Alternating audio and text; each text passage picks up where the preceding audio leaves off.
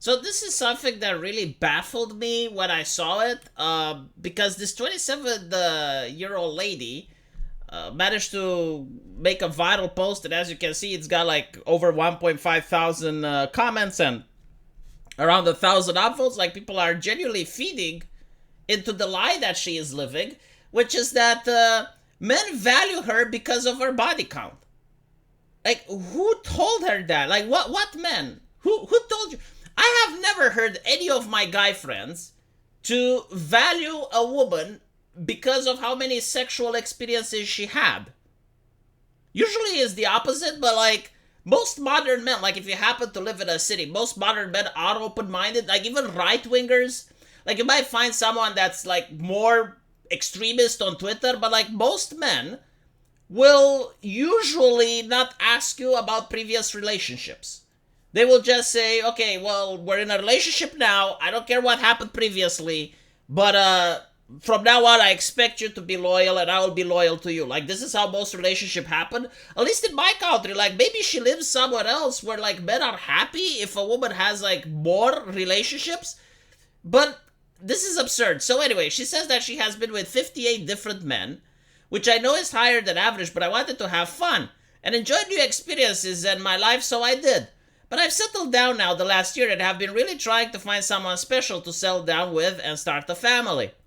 All my friends now are either married or in a relationship. In other words, literally what I've been saying, it would happen, right? And I have even a funny way of saying this. Like if you go to, and you see like a woman in her 20s, early 20s, and you ask her like what she wants in a man, and she will say, well, she wants him to be really tall. She wants him to make $100,000 a month. She wants him to be educated, to have a PhD, to have a house of his own, to have a car. And already you notice that she's wanting like less than 1% of the men in the United States. And what I tell other men is that you're looking at a premium model, right? Like, she is fresh out of the factory. But as time moves on and the model ages, the price for it is going to go down significantly because other new models are coming up on the market.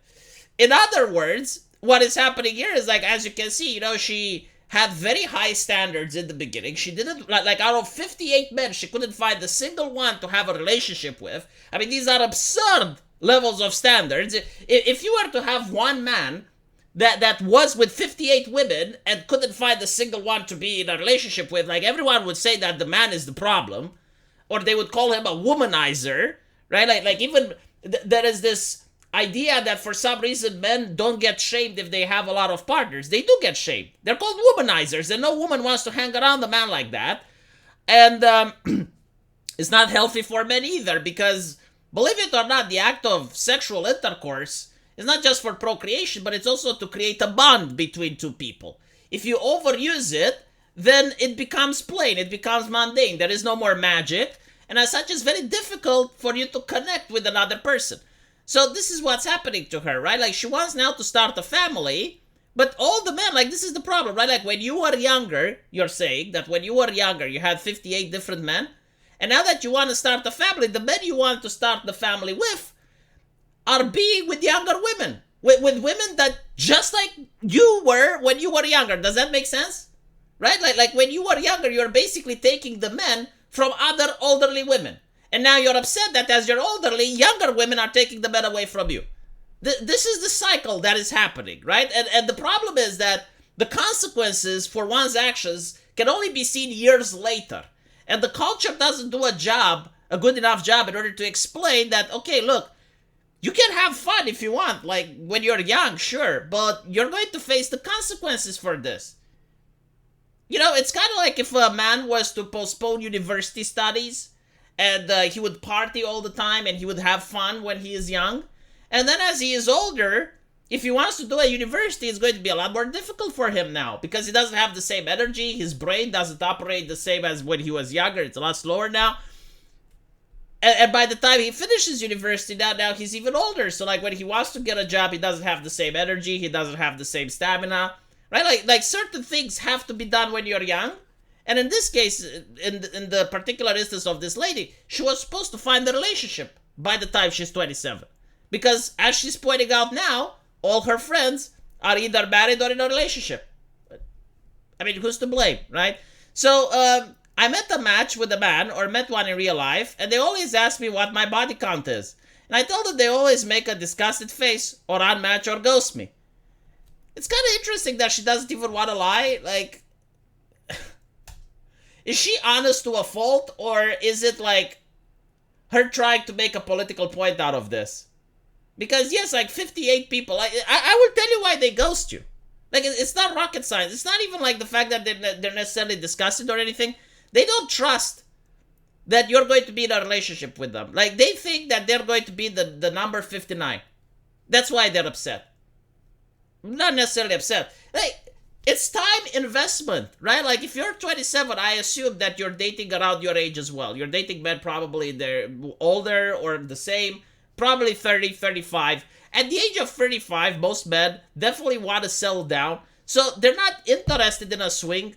They want to invest time and energy, but they also want to guarantee that the time and energy that they invest isn't wasted. So when you say that, yeah, I've been to 58 different men, they're going to figure the 59th. If you think this is unreasonable, go to a job where, let's say there's a woman HR lady, right? And she's the one doing the employment, and tell her you've been to 58 different companies before reaching that. See how fast she kicks you out the door.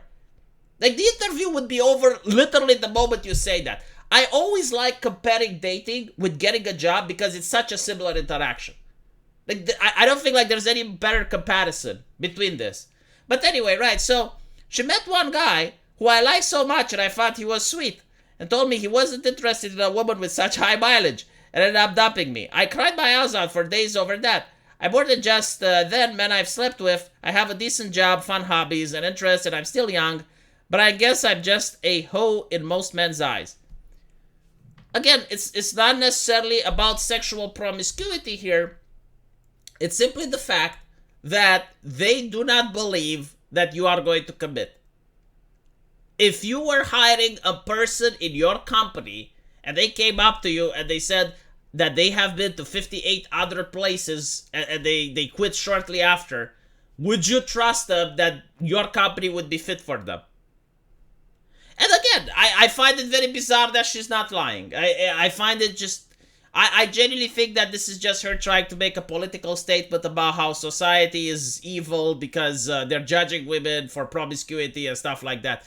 But I guarantee to you, if the opposite was true, if a man came to you and he said that he had 58 women under the belt, I'm pretty much sure you wouldn't want to give him a chance either.